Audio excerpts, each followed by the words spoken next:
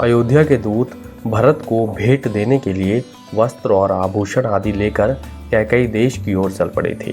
दूत चलते हुए हस्तिनापुर पहुंचते हैं, फिर वहां बहती हुई गंगा नदी को पार करते हुए पांचाल देश होते हुए आगे बढ़ते रहते हैं।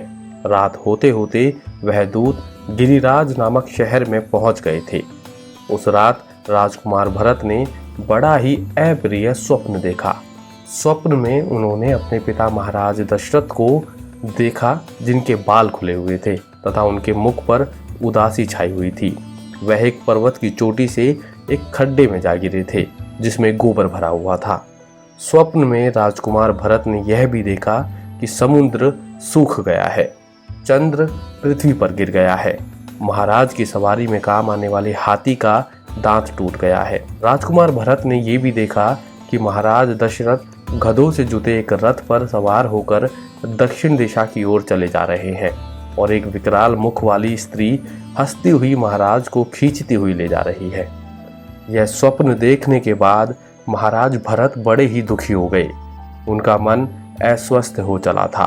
प्रातः भरत अपने मित्रों को अपने स्वप्न के बारे में बताते हुए कहते हैं कि यह स्वप्न देखने के बाद मैं बिना किसी कारण के ही भयभीत हो रहा हूँ तथा मैं अपने आप से घृणा सी करने लगा हूँ, परंतु इसका क्या कारण है मेरी समझ में नहीं आ रहा है।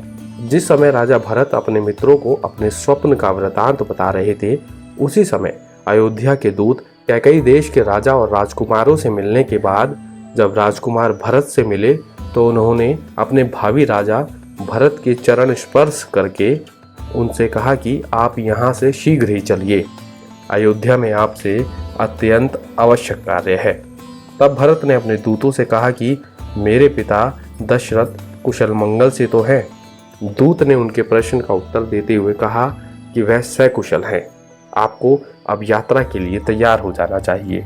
दूत का ऐसे कहने पर भरत ने अपने नाना कैकई नरेश अश्वपति से आज्ञा ली, फिर अपनी नानी माँ युधाजीत और अपनी मामी से आज्ञा लेकर शत्रुघ्न सहित रथ पर सवार होकर अयोध्या की ओर चल पड़े।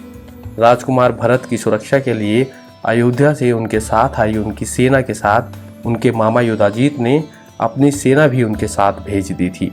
रात्रि होते होते राजकुमार भरत अपनी सेना के साथ गंगा नदी को पार करके वरुथ नामक ग्राम में पहुंच गए थे। उसी ग्राम में रात व्यतीत करने के बाद प्रातःकाल वह पुनः अयोध्या की ओर चल पड़े थे। उसके बाद राजकुमार भरत ने अपनी एक और रात सर्वतीर्थ नामक ग्राम में व्यतीत की थी।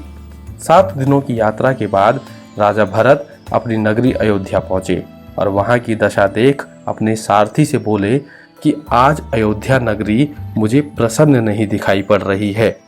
राजकुमार का मन शिथिल होने लगा था।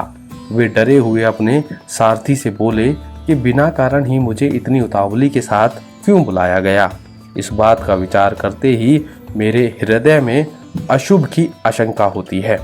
इस प्रकार राजकुमार भरत दीन हृदय से पिता के भवन में प्रवेश करते हैं तथा पिता के भवन में राजकुमार दशरथ को अपने पिता के दर्शन नहीं हुए तो वह अपनी माता कैकई के भवन में गए।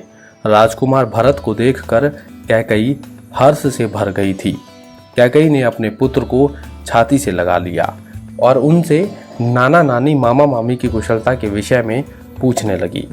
माता कैकई के सभी प्रश्नों का उत्तर देने के पश्चात राजकुमार भरत ने अपनी माता से कहा कि मैं अपने पिता महाराज दशरथ के दर्शन की इच्छा से यहाँ आया था।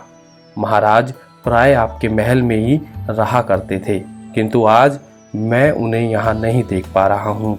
वो कहाँ हैं? तब कैकई ने उनसे ये कहा कि तुम्हारे पिता महाराज दशरथ बड़े ही महात्मा, तेजस्वी और 7 पुरुषों के आश्रयदाता थे। एक दिन समस्त प्राणियों की जो गति होती है उसी गति को वे भी प्राप्त हुए हैं। माता की यह बात सुनकर राजा भरत पिता शोक से पीड़ित होकर पृथ्वी पर जा गिरे थे। रामं नमः